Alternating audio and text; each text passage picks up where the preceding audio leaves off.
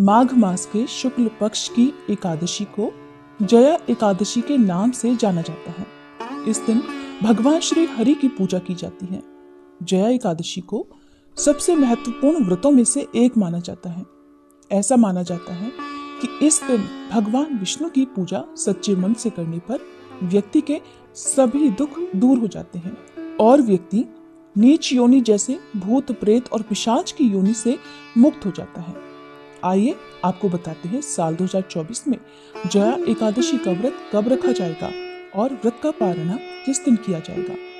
एकादशी तिथि प्रारंभ होगी 19 फरवरी सोमवार की सुबह 8:51 से और समाप्त होगी 20 फरवरी मंगलवार की सुबह 9:55 तक। ऐसे में इस बार नियमों का पालन करते हुए 20 फरवरी मंगलवार के दिन ही जया एकादशी का उपवास रखा जाएगा। एक दिन पहले दशमी तिथि के नियमों का पालन किया जाएगा। एकादशी का व्रत रखने वाले भक्तों को दशमी तिथि के दिन सूर्यास्त के बाद भोजन ग्रहण नहीं करना चाहिए। दशमी तिथि को ही तुलसी पत्र तोड़कर रख लेनी चाहिए और इस दिन मांस, मदिरा, लहसुन, प्याज, किसी प्रकार का तामसिक भोजन या मसूर की दाल आदि का सेवन भी नहीं करना चाहिए। एकादशी व्रत के दिन ओम नमो नारायण, ओम नमो भगवते वासुदेवाय या हरे कृष्णा मंत्र का यथासंभव जाप करना चाहिए। व्रत की कथा पढ़ने और सुनने के साथ ही भगवान को फलों सहित तुलसी पत्र का भोग लगाना चाहिए। दिन भर उपवास रखकर व्रत के नियमों का पालन करना चाहिए और अगले दिन शुभ मुहूर्त में ही व्रत का पारणा करना चाहिए। द्वादशी तिथि प्रारंभ होगी 20 फरवरी मंगलवार की सुबह 9:56 से और समाप्त होगी 21 फरवरी बुधवार की सुबह 11:27 पर। एकादशी का व्रत तभी पूर्ण होता है जब विधि विधान से व्रत रखने के साथ ही शुभ मुहूर्त में व्रत का पारणा किया जाए। तो 21 फरवरी बुधवार को आप एकादशी का उपवास खोल सकते हैं सुबह 7 बजे से लेकर 9:21 के बीच में। व्रत का पारणा करने से पहले भगवान को शुद्ध सात्विक भोजन का, पीले मीठे चावल का और तुलसी पत्र के साथ ही तिलों का भोग लगाना चाहिए। मौसमी फलों में केला, आंवले या बेर का भोग भी बहुत ही शुभ रहता है और इन्हीं फलों को या इन्हीं प्रसाद को पहले ग्रहण करके आपको अपना उपवास खोलना चाहिए। व्रत का पारण करते समय सबसे पहले तुलसी पत्र और जल को मुख में डालकर उससे व्रत का पारणा करने के बाद कुछ समय के बाद आप शुद्ध सात्विक भोजन ग्रहण कर सकते हैं।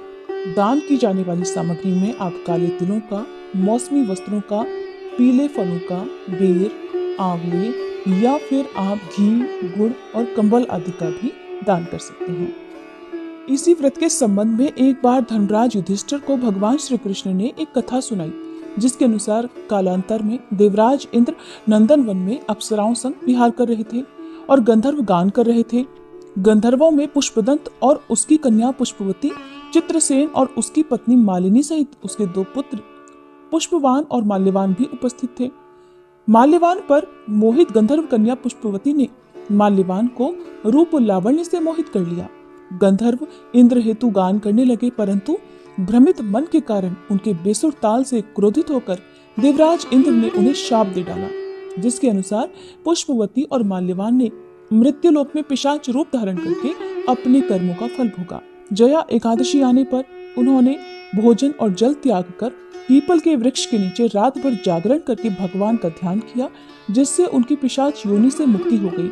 जया एकादशी के दिन विशेष पूजन, उपाय और व्रत करने से हर प्रकार के संकटों से मुक्ति मिलती है। इस व्रत को धारण करने से व्यक्ति को अंत में मोक्ष की भी प्राप्ति हो जाती है और ऐसा व्यक्ति अपने पितरों का भी उद्धार कर देता है। नरक योनि में गए हुए या पिशाच योनि में पड़े हुए पितरों का भी जया एकादशी के व्रत के पुण्य प्रताप से उद्धार हो जाता है। उम्मीद है ये जानकारी आपको पसंद आई होगी। दोस्तों, ये थी छोटी सी जानकारी। वीडियो पसंद आने पर लाइक करें, शेयर करें और कथा सागर चैनल को सब्सक्राइब करना ना भूलें।